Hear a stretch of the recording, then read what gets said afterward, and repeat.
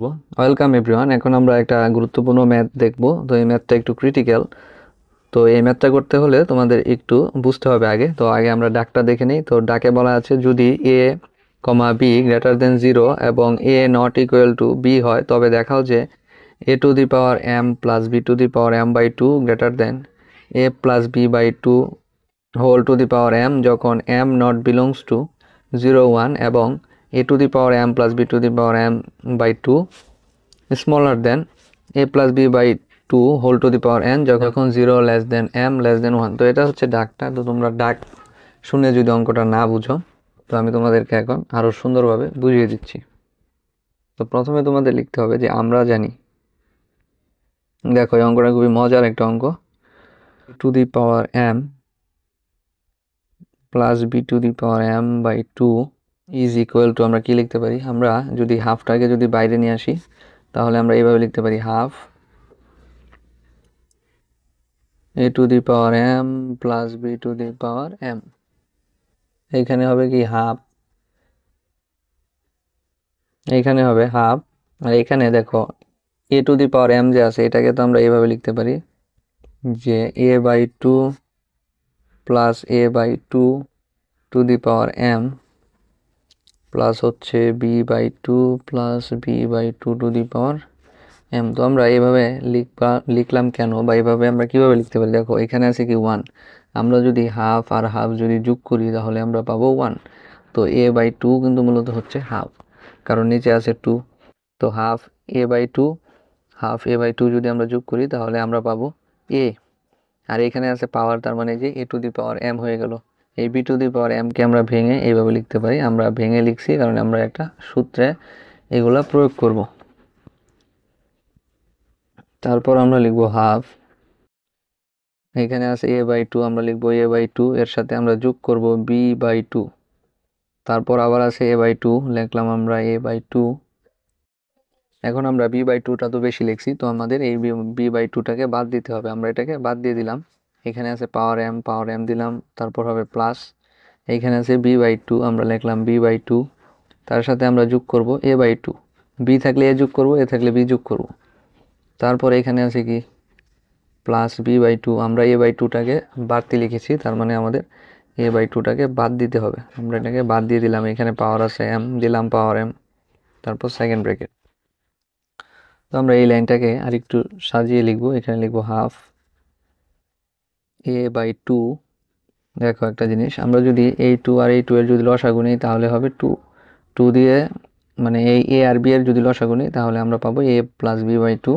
আর এইখানে যদি আমরা a by two minus b by two এর যদি লসাগু নিই তাহলে আমরা এখানে পাবো হলো গিয়ে এই যে এটা, এখানে হবে লসাগু 2, 2 দিয়ে 2কে ভাগ করলে হবে 1, তার মানে হবে a মাইনাস b।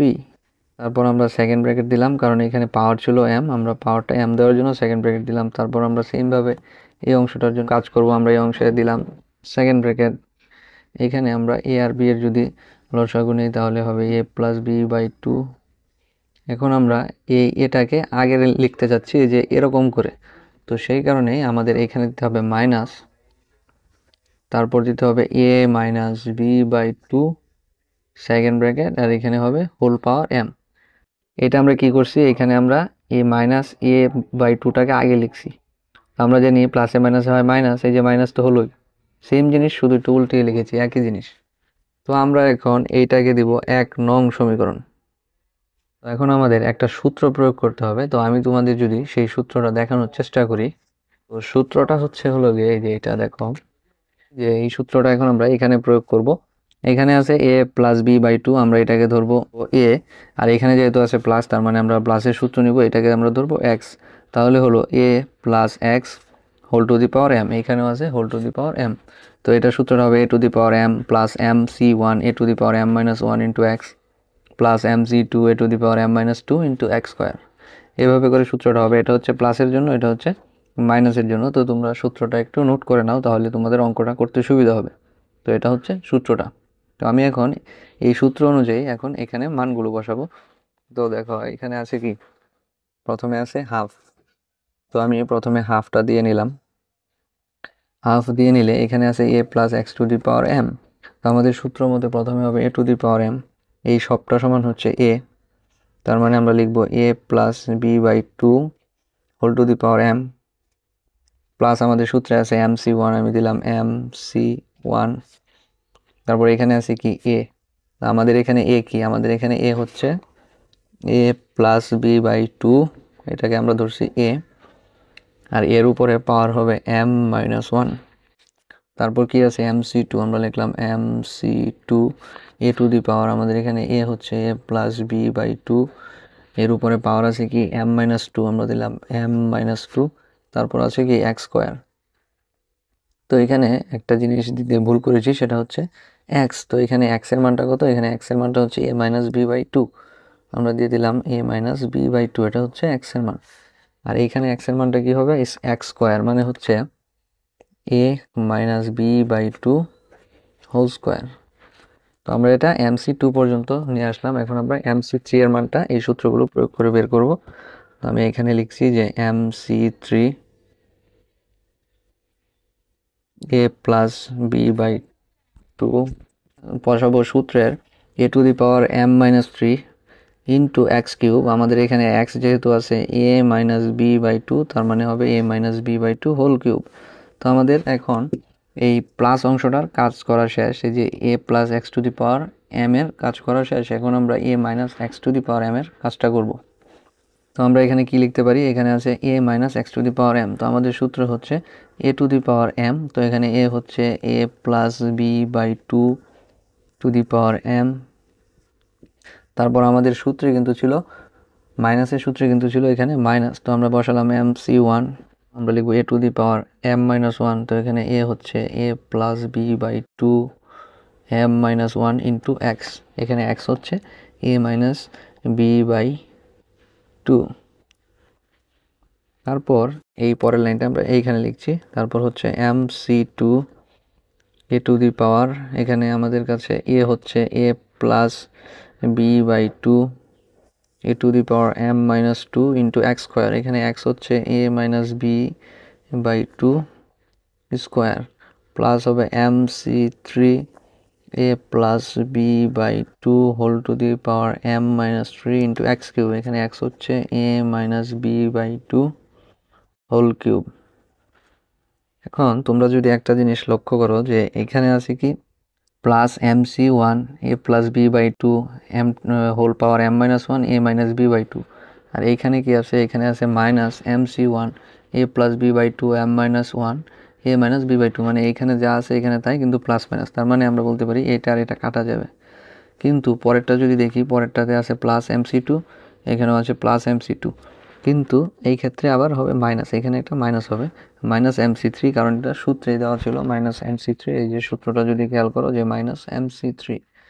তো এখন আমরা এখানে প্লাস mc3 আর মাইনাস mc3 যদি কাটাকাটি চলে যায়, তাহলে এখানে আমরা শুধু লিখতে পারি, এই যে এখানে ছিল হাফ, আমরা লিখলাম হাফ, এখানে আছে a plus B by two.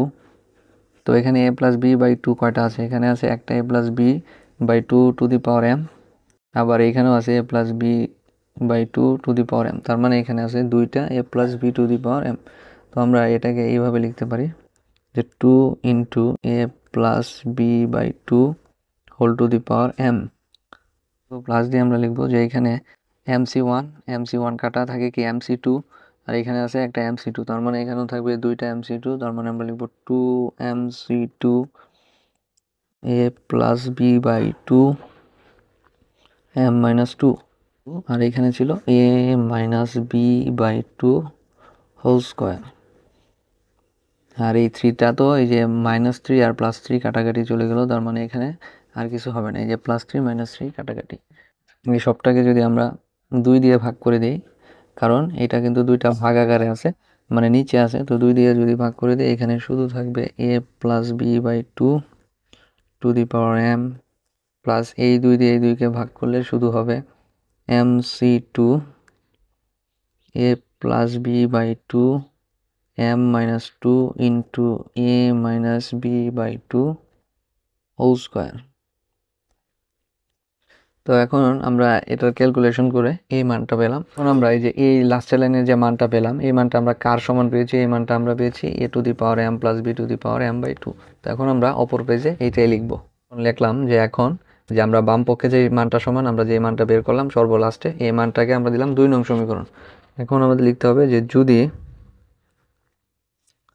m not belongs to 0 1 হয়, m not belongs to 0 1 এর কথা কিন্তু আমাদের প্রশ্নে বলা ছিল, তো আমরা এখন 1 নং শর্তের জন্য এটাই লিখব।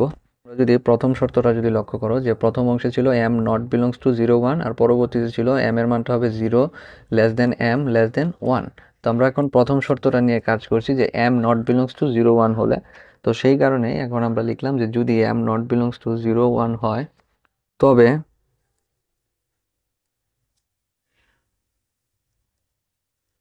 2 নং এর ডান পক্ষ সবসময় যোগবোধক। 2 নং এর ডান পক্ষ সবসময় যোগবোধক।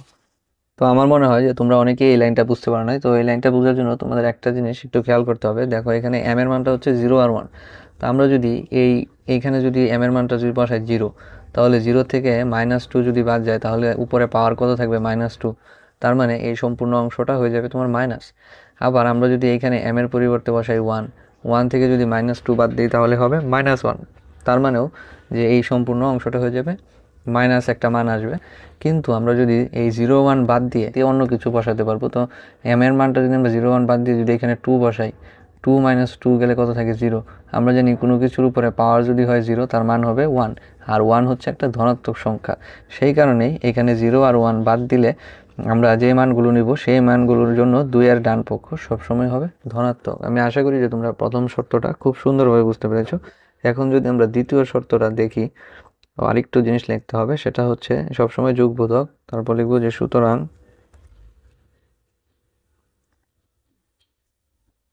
a to the power m plus b to the power m by 2 greater than হচ্ছে a plus b by 2 whole to the power m। এখন আমরা লিখবো 2 নং শর্তের জন্য। আমাদের 2 নং শর্তে বলা ছিল যে আবার যদি m 0 less than m less than 1 হয় তবে ডান পক্ষের